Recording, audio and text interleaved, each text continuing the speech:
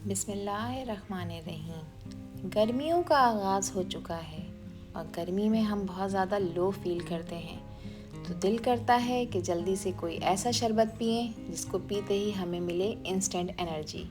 तो इसीलिए आज आप लोगों के साथ शेयर कर रही हूँ इमली आलू बुखारे की शरबत की रेसिपी, जिसको बनाना बहुत ही आसान है। आप इसे बनाकर स्टोर करके भी रख सकते हैं 1 से 2 माह के लिए। रेसिपी को एंड तक देखें, अच्छी लगे तो लाइक कर दें, चैनल पर न्यू हैं तो चैनल को भी ज़रूर सब्सक्राइब कर लें। अस्सलाम वालेकुम माय यूट्यूब फैमिली, कैसे हैं आप लोग? खुश रहें, आबाद रहें, जहाँ भी रहें हंसते मुस्कुराते रहें। मैं हूँ हादिया और वेलकम करती हूँ आप लोगों को कुकिंग सीक्रेट्स विद हादिया में। तो चलें फिर जल्दी से रेसिपी स्टार्ट कर लेते हैं। बहुत ही टेस्टी और रिफ़्रेशिंग सा ये ड्रिंक बनाने के लिए यहाँ पर मैंने 1 पाव इमली ली है। और ये इमली आप लोग देख सकते हैं कि ये ब्राउन कलर की है, ब्लैक कलर की इमली नहीं है। वज़न में देखा जाए तो 250 ग्राम इमली बनती है। 1 पाव आलू बुखारा लिया है, वज़न में देखा जाए तो 250 ग्राम बनता है। और ये आलू बुखारे का कलर चेक करें, लाइट ब्राउन कलर का आलू बुखारा मैं यूज़ कर रही हूँ। ये नरम होता है, सख्त नहीं होता, इसी का आपने यूज़ करना है। तो इसको बनाने के लिए सबसे पहले मैंने एक अदद कढ़ाई ली है और अब मैं इसमें 3 जो है ग्लास पानी के ऐड कर रही हूँ। नॉर्मल टेम्परेचर का पानी है, क्योंकि हमें शरबत को सबसे पहले पकाना है, क्योंकि हमें इसे स्टोर करना है। अब जो आलू बुखारे मैंने लिए हैं वो मैं इसमें ऐड कर दूँगी, साथ ही मैं इसमें ऐड कर दूँगी इमली। ठीक है, इमली को भी आप इसमें ऐड कर देंगे, थोड़ा सा चलाएंगे, सेपरेट करेंगे, तोड़ लेंगे इन सब चीज़ों को। और इसके बाद मैं इसको ले जाऊँगी अपने किचन के स्टोव पर। तो आपने इसको पकाना है हाई फ्लेम पर। मैंने चूल्हे पे इसको रख दिया है और आप देखें ये पकना स्टार्ट हो गया है। साथ ही आपने इसको चलाते भी रहना है। जो इमली और आलू बुखारे की गुठलियाँ सी बनी हुई हैं, इसको तोड़ देना है ताकि हर दाना सेपरेट हो जाए और बआसानी इसका पल्प हम निकाल सकें। 15 से 20 मिनट तक आपने इसको पकाना है ताकि ये पक के सॉफ्ट हो जाए, नरम हो जाए और आप आसानी के साथ जो है ना इसका सीड्स रिमूव करके मैक्सिमम पल्प इसका निकाल सकें। जब तक ये दोनों चीज़ें पक रही हैं चूल्हे पे, तब तक एक बाउल में मैंने ले लिए हैं 2 टेबल स्पून तुख मलूंगा के। साथ ही मैं इसमें ऐड कर दूंगी हस्ब ज़रूरत पानी बस इतना ही ऐड करना है कि इसमें सारे जो ये तुख मलूंगा के बीज हैं ये इसमें अच्छी तरह से डिप हो जाएं। इसको 5 से 10 मिनट का रेस्ट देंगे। 5 से 10 मिनट में ये फूल जाएगा अच्छी तरह से। यहाँ पर देखें इसमें बॉयल आ चुका है और मैं इसको चलाती भी रही हूँ बीच में ऑफ से, और देखें ये पक चुके हैं और अच्छी तरह नरम हो चुके हैं। चूल्हे का फ्लेम अब मैंने ऑफ़ कर दिया है और अब मैं इसको ठंडा करूँगी। जब ये रूम टेम्परेचर पर आ जाएगा तो फिर हम इसके जो हैं सीड्स रिमूव कर देंगे और इसका पल्प निकाल लेंगे। ये यहाँ पर ठंडा हो चुका है। अब इसको छानने के लिए मैंने एक अदद छन्नी ली है और इसके नीचे मैंने एक अदद बाउल लगा लिया है। अब आपने किसी स्पून और स्पैचुला की मदद से छन्नी में से इसको पास करना है और देखें नीचे जो है आपको पल्प जाता हुआ नज़र आ रहा है। अच्छा, इसके जो बीज बच जाएंगे, जो गुठलियाँ बच जाएंगी, इसको हम वेस्ट बिल्कुल भी नहीं करेंगे, क्योंकि अभी बहुत सारा जो पल्प है वो इसमें मौजूद है। तो इसको बस आपने फ़िलहाल छान लेना है। इसको क्या करना है ये मैं आगे आपको वीडियो में बताती हूँ। देखिए सारी गुठलियाँ मैंने एक अदद बाउल में जमा कर ली हैं। इसमें मैं मज़ीद थोड़ा सा पानी ऐड करूँगी और अब मैंने जो है इसकी गुठलियों को निकाल लेना है। तो ये पककर इतनी नरम हो चुकी हैं, सॉफ्ट हो चुकी हैं। तो अब देखें बहुत ही आसानी के साथ जब आप इसे मसलेंगे थोड़ा सा हाथ की मदद से, तो देखें बहुत ही आसानी के साथ इसके जो बीज हैं ना वो सेपरेट होना शुरू हो जाएंगे। तो बस आपने यही करना है, 2 से 3 मिनट लगेंगे। बहुत ही अच्छी तरह से इसका मज़ीद और बहुत सारा जो पल्प है वो हमें मिल जाएगा। जितने भी सीड्स थे इमली और आलू बुखारे के, वो मैंने सारे के सारे रिमूव कर दिए हैं। आप देख सकते हैं अच्छी तरह से इसका पल्प मैंने निचोड़ दिया है। अब मज़ीद जो पल्प हमें इन बीज से मिला है वो मैं सारा का सारा इसमें दोबारा से ऐड कर दूंगी। इसको छानेंगे हम मज़ीद और आप देखें एक फ़ाइन स्मूथ सा पेस्ट जो है वो हमें मिल चुका है दोनों चीज़ों का। इस शरबत के हेल्थ बेनिफिट्स बहुत हैं। आलू बुखारा आपके डाइजेशन में बहुत हेल्प करता है, वेट लॉस में बहुत हेल्प करता है।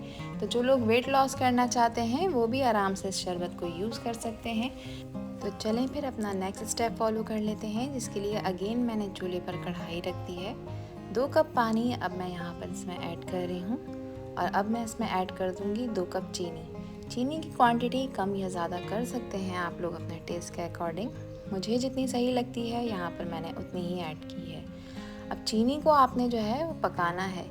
इतना पकाना है जैसे जैसे पानी गर्म होगा वैसे ही वैसे चीनी इसमें डिज़ोल्व होती जाएगी। इसको थोड़ा सा चलाएंगे और अब देखें जो पल्प मैंने निकाल कर रखा था वो मैं सारा का सारा जो है इस बॉइलिंग वाटर में ऐड कर दूंगी। और अगर अब इस स्टेज पर आप लोगों को ये वीडियो पसंद आ रही हो तो वीडियो को लाइक कर दिया करें और चैनल को सब्सक्राइब कर लें और फ्रेंड्स एंड फैमिली में वीडियो को शेयर भी किया करें। आप सब लोगों का बेहद शुक्रिया। तो इसमें पल्प ऐड करने के बाद जो बाउल में पल्प रह गया था उसमें मैंने थोड़ा सा पानी मज़ीद ऐड किया है। तो वो सारा का सारा पल्प भी आपने इसमें ऐड कर देना है। हम किसी भी चीज़ को वेस्ट नहीं करेंगे और हम चाहते हैं कि मैक्सिमम क्वांटिटी में शरबत बनकर तैयार हो जाए। तो बस अब आपने क्या करना है, इसको मिक्स करना है। अब इस स्टेज पर मैं इसमें ऐड करूँगी 1 टीस्पून काला नमक। इससे इसकी खुशबू और इसका जायका जो है ना वो बहुत ही कमाल का आएगा। तो बस आपने इसको पकाना है, 15 से 20 मिनट लगेंगे। चूल्हे का फ्लेम आपने ऐसा सेट करना है कि ये शरबत जो है वो बॉयल होके बाहर गिरे भी नहीं और आराम से ये पककर गाढ़ा भी हो जाए। तो मीडियम फ्लेम पे आपने इसको सेट करना है। इसके बाद आप घर के काम करें, इसको चूल्हे पे पकने दें। यहाँ पर देखें 15 से 20 मिनट के बाद शरबत अच्छा खासा पक चुका है, गाढ़ा हो चुका है। बीच में मैं इसको चलाती भी रही हूँ और फिर से और मैं इसकी कंसिस्टेंसी आप लोगों को चेक करा देती हूँ। देखें इस तरह की कंसिस्टेंसी आपने इसकी रखनी है। जब इस तरह की कंसिस्टेंसी आप लोगों को मिल जाए उसके बाद आप फ्लेम ऑफ कर दें। अब इस स्टेज पर इसकी शेल्फ़ लाइफ बढ़ाने के लिए मैं इसमें 1 नींबू का रस है ये भी ऐड कर दूँगी। तो इस तरह आप इसको लंबे अरसे तक स्टोर करके रख सकते हैं। बस इसको मिक्स करेंगे, चूल्हे का फ्लेम ऑफ कर देंगे और इसको अच्छी तरह से ठंडा कर लेंगे ताकि फिर हम इसे स्टोर कर सकें। तो अब देखिए इसको स्टोर करने के लिए यहाँ पर मैंने एक ग्लास बॉटल ली है। आप यहाँ पर किसी प्लास्टिक बॉटल का भी यूज़ कर सकते हैं। बस एक बात का ध्यान रखिएगा कि बॉटल अंदर से बिल्कुल खुश्क होनी चाहिए, इसमें किसी भी तरह का कोई पानी नहीं होना चाहिए। ठीक है, तो अब ये शरबत जो है वो मैं इसमें स्टोर करके रख लूँगी रेफ्रिजरेटर में। गर्मियाँ हैं, फॉर द सेफ साइड हम इसको रेफ्रिजरेटर में ही स्टोर करके रखेंगे। फिर जिस वक्त आपका दिल चाहे आप इसे निकालें। 2 से 3 गिलास या जितना आपको बनाना है इसके हिसाब से आप सी क्वांटिटी ग्लासेस में ऐड करें और ठंडा ठंडा सा इसको सर्व कर लें। तो यहाँ पर देखें इसको मैंने ग्लास बॉटल में डाल लिया है और शरबत बिल्कुल रेडी है, ठंडा हो चुका है। तो चलें अब इसको बनाना किस तरह से है ये भी मैं आप लोगों के साथ शेयर कर देती हूँ। इसको बनाने के लिए मैंने एक अदद ग्लास लिया है और इसमें मैं कुछ आइस क्यूब शामिल कर दूँगी।